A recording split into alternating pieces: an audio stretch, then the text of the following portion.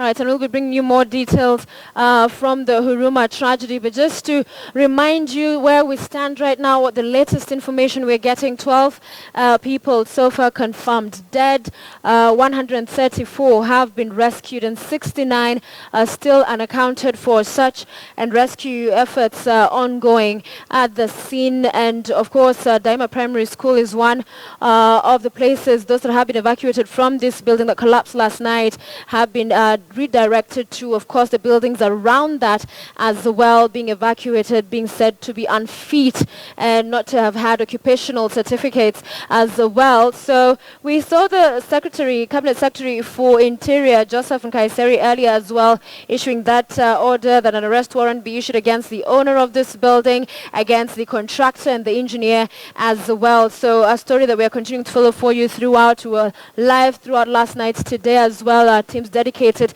to bring the whole story to you up until we have conclusion on this particular matter, and also see what action will be taken. And we have our Agina who have prepared for us a story with many still trapped in the rubble. The cause of the collapse has been attributed to weak structures coupled with bad weather. Speaking to KTN News, Chairman of the National Construction Authority, Stephen Oundo, disclosed that preliminary investigations point to a building that was built on riparian land, which is against the building regulations. So KTN's Agina now reports on who is to blame for this and why construction agencies have been sleeping on their job.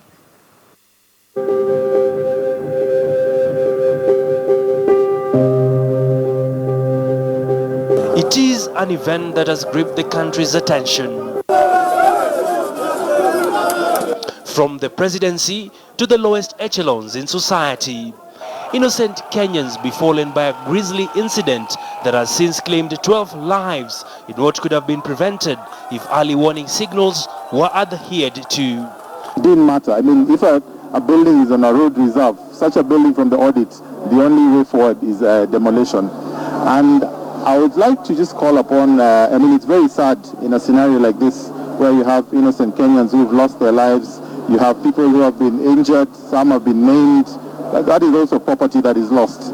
It is not the kind of thing we want for a development country like ours. If you look at the buildings surrounding the one which has collapsed, you can actually see with your eyes 2 or 3 buildings leaning on the side. We urge the county government, implement your bylaws.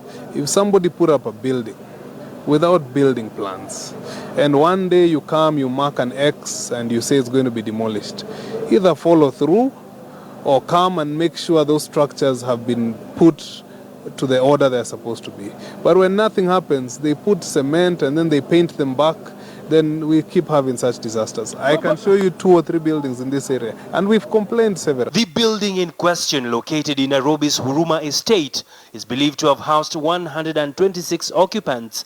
The structure, according to survivors, was built in a record 6 months, raising further questions about its structural soundness. Kona dono nyana do. Kwenye kona dono kona right. Sasa hiyo sema anguka hapa, hakuna action imechukuliwa na gava. Imebidi tutumie message na tutweet na tuangalie network za civil society na zikuja zitusaidie. Gava to fail.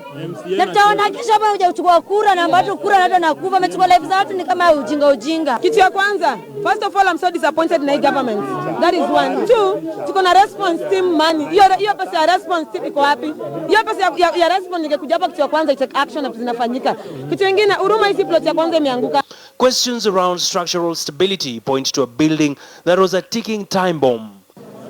If we report to the county government and they don't act within 14 days, we will come ourselves with the youth. We give notice to the tenants. We give them 48 hours to move out.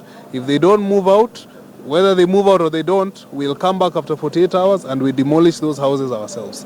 That's what we've told them. Because having 2 incidences in less than 6 months and we are losing lives.